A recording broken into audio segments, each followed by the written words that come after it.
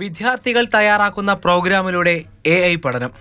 Computer vision എന്ന അധ്യായത്തിലൂടെ 7ാം class വിദ്യാർത്ഥികൾ നിർമ്മിത ബുദ്ധി സാങ്കേതികവിദ്യ പഠിക്കാനൊരുങ്ങുന്നു. AI പ്രോഗ്രാമിലൂടെ ഒരാളുടെ മുഖത്തുണ്ടാകുന്ന 7 ഭാവങ്ങൾ വരെ കമ്പ്യൂട്ടറിന് തിരിച്ചറിയാനാകും. പ്രോഗ്രാമിംഗ്, AI, റോബോട്ടിക്സ് തുടങ്ങിയവ പരിശീലിക്കാൻ കഴിയുന്ന സോഫ്റ്റ്വെയറുകൾ കൈറ്റ് സ്കൂൾ ലാപ്ടോപ്പുകളിൽ ലഭ്യമാകും. കുട്ടി ചിത്രം വരയ്ക്കുന്നതും മറ്റേ കളർ ചെയ്യുന്നതും മറ്റുള്ള കാര്യങ്ങളെല്ലാം ചില എഡ്യൂക്കേഷണൽ സോഫ്റ്റ്വെയറും കൂടെ ഉപയോഗിച്ചിട്ടായിരിക്കും. അപ്പം സ്കില്ലും അവർക്ക് കിട്ടും, അതേസമയം ഈ വിഷയങ്ങളെക്കുറിച്ചുള്ള ധാരണയും കിട്ടും.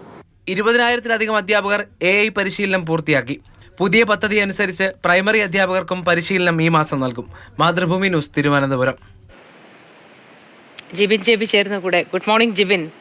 ജിബിൻ, ഈ AI സാങ്കേതികവിദ്യയാണല്ലോ ഈ നൂറ്റാണ്ടിൽ ഏറ്റവും കൈയടക്കിയിരിക്കുന്ന ഒരു സാങ്കേതികവിദ്യ നമുക്ക് എടുത്തു പറയാൻ കഴിയുന്നത്. അതുകൊണ്ട് ഒരുപാട് പ്രശ്നങ്ങളും റിപ്പോർട്ട് ചെയ്യപ്പെടുന്നുണ്ട്. എങ്കിൽ പോലും ഈ AI സാങ്കേതികവിദ്യ പിള്ളേരിങ്ങനെ കൈപ്പിടിയിൽ ഒതുക്കുമ്പോൾ വരുന്ന തലമുറയിൽ ഒരുപാട് മാറ്റങ്ങൾ നമുക്ക് പ്രതീക്ഷിക്കാം, അല്ലേ? അതന്നെയാണ് മോത്തി. ഈ ലോകം കീഴടക്കിക്കൊണ്ടിരിക്കുന്ന ഒരു പുതിയ സാങ്കേതിക വിദ്യ തന്നെയാണ് AI എന്ന് പറയുന്നത്. നമുക്കറിയാം, ഒരു സംസ്ഥാനത്തിൽ ഇതാദ്യമായിട്ടാണ് ഒരു ക്ലാസ്സിലെ മുഴുവൻ വിദ്യാർത്ഥികളും, അതായത് 7ാം ക്ലാസ്സിലെ 4 ലക്ഷത്തിലധികം വരുന്ന വിദ്യാർത്ഥികളാണ് ഇപ്പോൾ ഈ ഒരു AI പഠിക്കാനായി പോകുന്നത്. ഇതിനുവേണ്ടി 20,000-ലധികം വരുന്ന അധ്യാപകർക്കും ട്രെയിനിങ് കൊടുത്തിട്ടുണ്ട്. ഏറ്റവും എടുത്തു പറയേണ്ട കാര്യം എന്ന് പറയുമ്പോൾ വിദ്യാർത്ഥികൾക്ക് ഇനി അവരുടെ കഴിവിനനുസരിച്ച് അവർക്ക് ഇഷ്ടമുള്ള കാര്യങ്ങൾ പഠിക്കുന്നതിനും അവരുടെ സംശയങ്ങളൊക്കെ തന്നെ മാറ്റിയെടുക്കുന്നതിനും വേണ്ടിയിട്ട് ഈ AI സാങ്കേതിക വിദ്യ ഉപയോഗിക്കാമെന്നുള്ളതാണ് എടുത്തു പറയേണ്ടത്. നമുക്കറിയാം, ഈ കാര്യങ്ങളെക്കുറിച്ചൊക്കെ തന്നെ പഠിക്കുന്നതിന് വിദ്യാർത്ഥികൾക്ക് അടിസ്ഥാനപരമായ അറിവൊന്നും തന്നെ ഇപ്പോൾ ഉണ്ടായിരിക്കണമെന്നില്ല. കാര്യം ഈ AI എന്ന് പറയുന്ന ഒരു പുതിയ ടെക്നോളജിയാണ്.